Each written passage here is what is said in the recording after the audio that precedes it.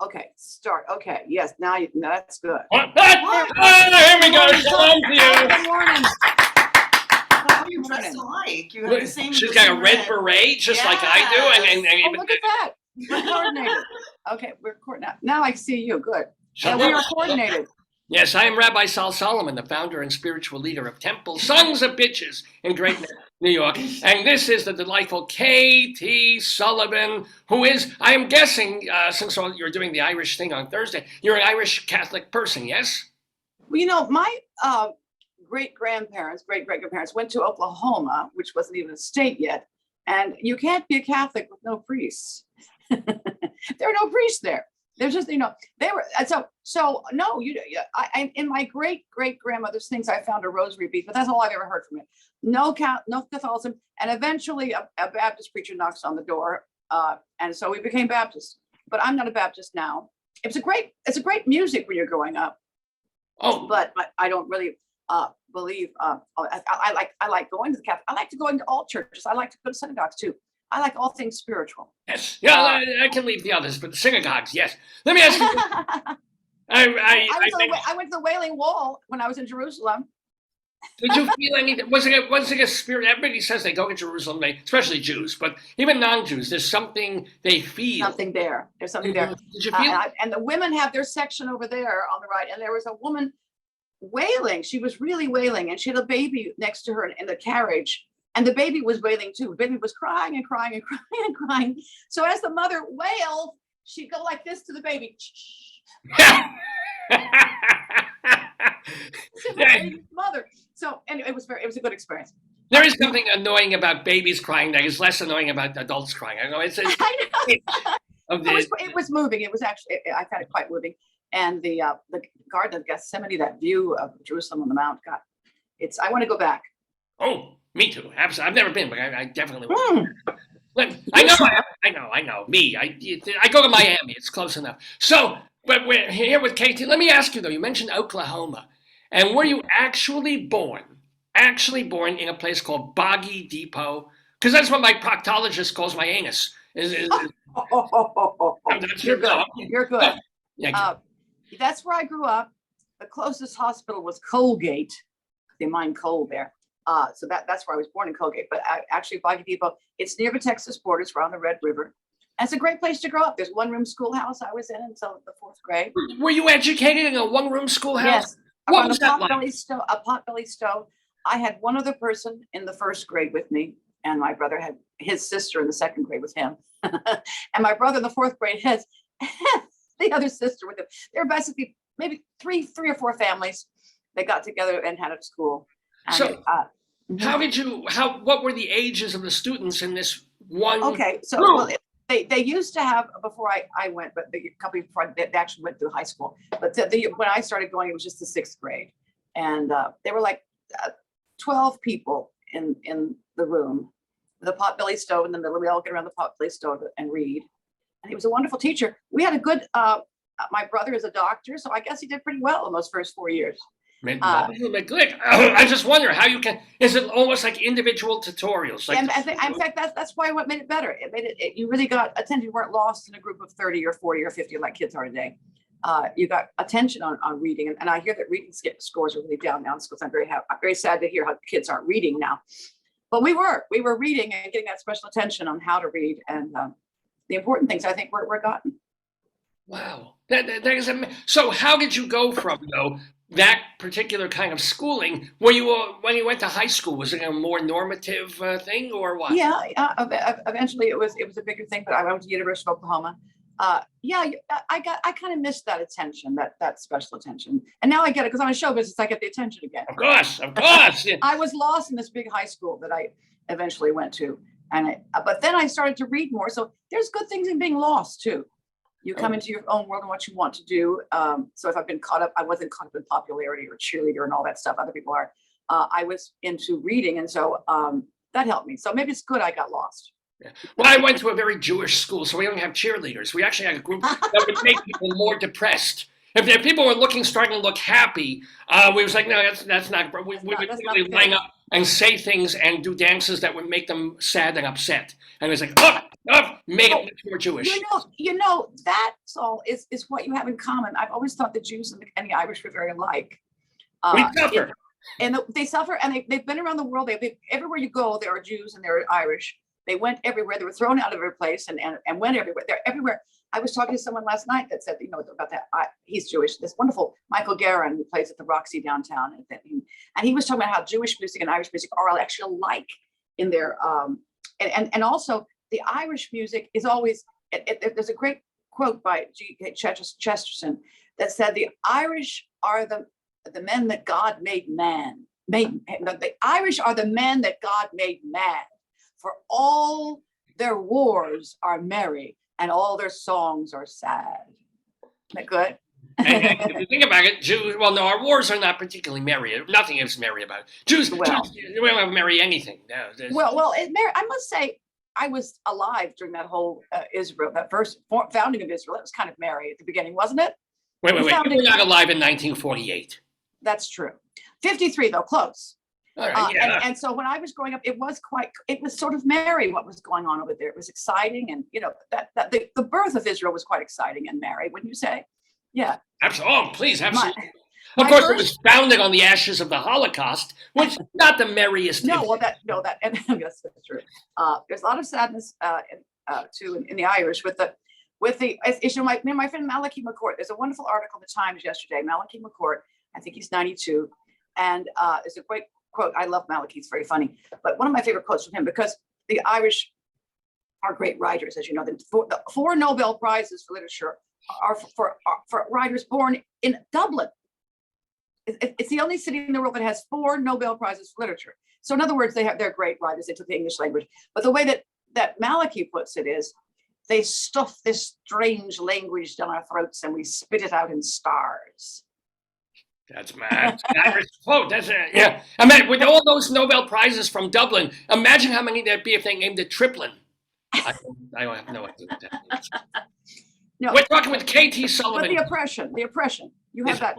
Yeah. Now, and on to happier, merrier topics, as it were. When did you? Was it in college? Did you do theater in college, or did you wait till after to start doing music and singing and all that? Well, my mother's a singer. My family's singing, so I was singing from the very beginning, and that's where the church came in. The Baptist church has great songs, and I'm glad that I got great singing in my background. Great singing, and my mother was a choir director, and now she's a composer. She's 90. She'll be 93 on May 22nd. That means congratulations. That's a happy. Yeah. Well, what's great about it, and it deserves congratulations, is that she still sings beautifully. She writes poetry.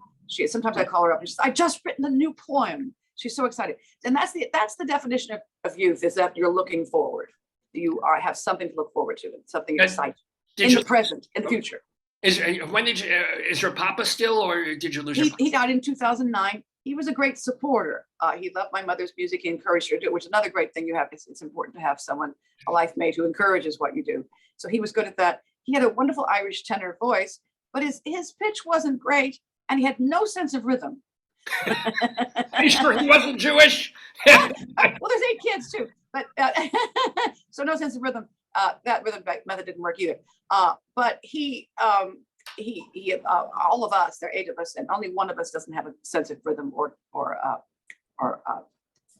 pitch. The rest of us 4 of us are professional singers. My sister Stacy has this wonderful Peggy Lee show. You might have heard of her, Stacy Sullivan. Heather Sullivan is a headliner on the cruises, the cruise ships, and I'll be doing a cruise with her in November from Athens to Rome. And then last year we went from Ireland from Dublin to Dublin, around Dublin to the top, the Belfast and the Giant's Causeway down around, went to Wales. Anyway, it was a great cruise last year. So we do cruises. I take my mother as my roommate, and we have a family reunion on a boat. Wait, is your mom going on the cruise? Yes, she was with me last July in Ireland. Isn't that great? And when my sister brings her on at her show, my sister does the big rooms, and she brings my mother as guest star up to the stage, of course, and she sings beautifully. Of course, they get a standing ovation immediate. Just for getting to the stage, people are going. I said, "Mother, you want no help? She doesn't want any help getting to the stage because she wants all those people to see that she can make it on her own." You know. And my sister was performing, and there's lots of condo circuit besides the Miami, besides the Florida circuit. There is a Phoenix circuit for the condo circuit. And my mother was guest. A Phoenix? Well, what Phoenix, a lot of retirees, in other words. When I say condo circuit, it's the retiree circuit, which a lot of my friends, remember Bruce Adler was a wonderful performer. He used to perform. He was on this program. Bruce Adler was one of the first guests I ever talked to. Yeah. Oh, Bruce was great. I miss him. He used to live in the other building. I mean, I'm here at Manhattan Plaza. He used to my sister's building. But we were in The Boys from Syracuse together, directed by George Abbott. Now, wait, you got to stop there also, because I've got to ask, who died that you were able to get an apartment in Manhattan Plaza? How did you get it?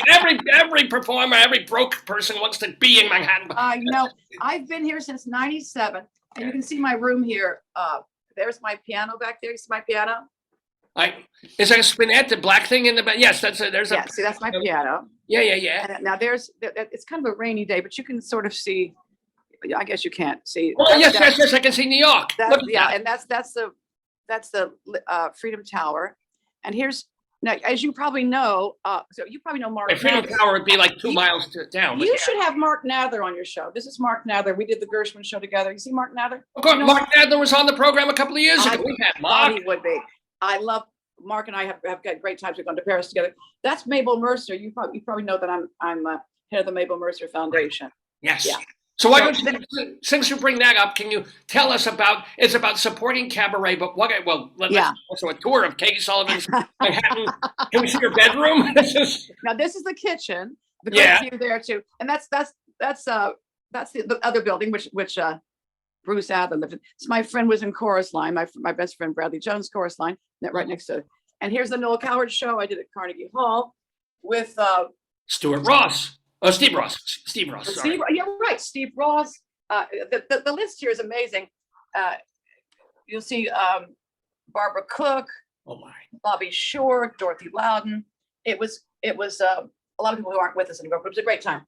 So now since you asked, that's cool. So anyway, I haven't made my bed, so I'm going to take them in there. But I will show you. I'm just having my coffee. But this is a portrait that was done by a Bangladeshi artist of my husband and me. This is over my bed, which is not made yet. But that's Tommy Tune did this giraffe. Isn't that fun? So Tommy Tune, a giraffe.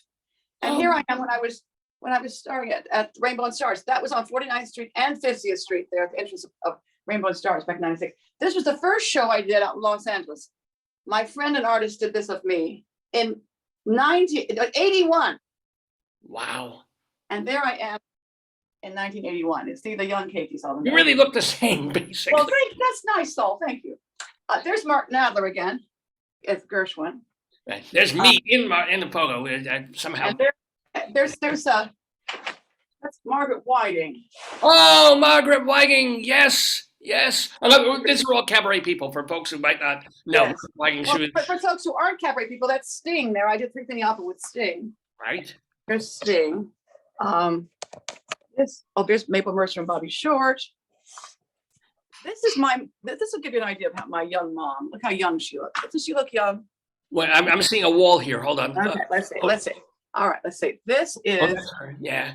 Do you see my mom? Is she? Oh, it looks like she's holding a cricket bat, but she's actually wailing there. She is very active. She is very active, but that's how young she is. Now there's the other building. There we are, Manhattan. There's the Hudson, and out the balcony you can actually see the East River too.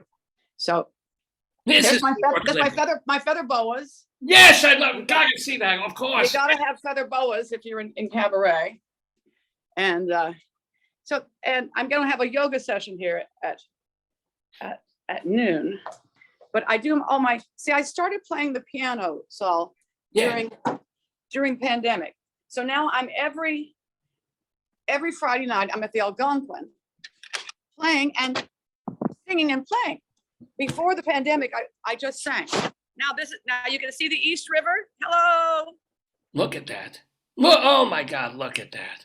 People say, they can say all these terrible things about New York, but this is still, look at New York, for God's sake. Yeah, this is inspiring, isn't it? Oh, are you there? I think Hudson. Yeah. Oh. And on a clear day, you can see the George Washington Bridge up there. Okay, I must be losing my signal. I'll go back in. It's a little chilly too. But yes, I'm very happy to be here. I'm very lucky to be here since 1997. And everyone, you're right, everyone wants in here, but I'm very happy. As I say to people, people stay here. You don't leave until you leave head first, feet first. They say not until you leave feet first. And there are people, since the pandemic and stuff, and people have been saying New York has been going downhill the last couple of years. Well, have you felt that, or is New York still basically the same, or have you felt it's gone down a little bit, even though it's still New York? Well, I must say, I used to walk home a lot late at night, and I don't do that anymore. So that's a little bit. I say I close that shade. A little better lighting, isn't that? Yeah, you look fabulous. I'm listening to, but at the same time, I may have to type a code in to Leslie and David so that they're able to get on. Just like good. Okay. So I am being rude, but I'm being. Oh, rude. this is better. This is better. It's better lighting, isn't it? Oh, now you look great. Oh, with the glove. Yeah. Swear, you look like you did in 1988. I'm glad you said. Thank you for saying that. It makes me feel better. But I'd love to. No, I feel New York opening up because every Friday I'm at the Algonquin and people are coming in and they're singing songs. I love the sing-alongs. So I feel it coming back. I do feel it coming back. So I don't want to be negative about safety. I think it's coming back. Halavai, which is a wonderful thing. Okay, I'm gonna need my double glasses just to see something here. There we go. All right. We're talking with KT Sullivan, by the way, here in the neighborhood. I'm Rabbi Sol Solomon. So let me ask you, you showed over your bed, and I don't want to get sad or anything, but over your bed you have this picture of you smooching your husband, Stephen Downey, who passed just a couple of months ago. I mean, well, it was December of 21, so it's been. I'm so sorry. Oh, 21. I'm sorry, but yeah. But it does feel like yesterday, Saul, because I talk to him every day, and he was very much part of my life. We used to have a lot of parties up here, and he was a great host. He always made sure people got a drink. Always made sure that people connected. He was loved connecting people. Oh, you should know so and so, and trying to help young artists. He was very supportive. So now I don't have parties. I used to have a big grand piano in that area I showed you. Now I have a smaller piano that I showed you because I'm not going to have the big pianos. I gave that piano, which was given to me by Bart Howard, who wrote "Fly Me to the Moon." He gave me his big grand piano. Wow. But since I'm not doing parties up here anymore, I gave it to my brother, who has a community center in Colorado, and it's used. And I did a concert there last summer, and so I now I know it has a good home. It will be loved and used, and the story will be told. But now I give a party every Friday at the Algonquin. It's like a party. Someone else serves and someone else cleans up. My husband loved parties so much he would clean up. He liked cleaning up after a party. Yes, he loved it. That's the worst part of a party. I know, not for him. So I will never find that again. I think he was extraordinary. And but now I give parties at the Algonquin every Friday night from the 6 to 8. It's like a cocktail party. And well, you sing. I sing. I sing the piano, but I also have sing-alongs. I get lyric sheets out, and we sing along on lots of songs. So people like that. I find that people really like that. It gets people involved. So it's Friday night at the Algonquin. You can see KT Sullivan doing that. Plus, she's going to be at Pangea this Thursday, I guess, with a special Irishy show. Pangea, Second Avenue. Tell us about this particular, the Irishy. I'm even wearing a little bit of green here. I'm going to wear green, unlike this burgundy this morning. Yes, I love it. And I'll wear a different green the next day at the Algonquin. Actually, St. Patrick's Day is on Friday, so I'll be there. But on Thursday is my real show, where I go through my favorite things. Yeah.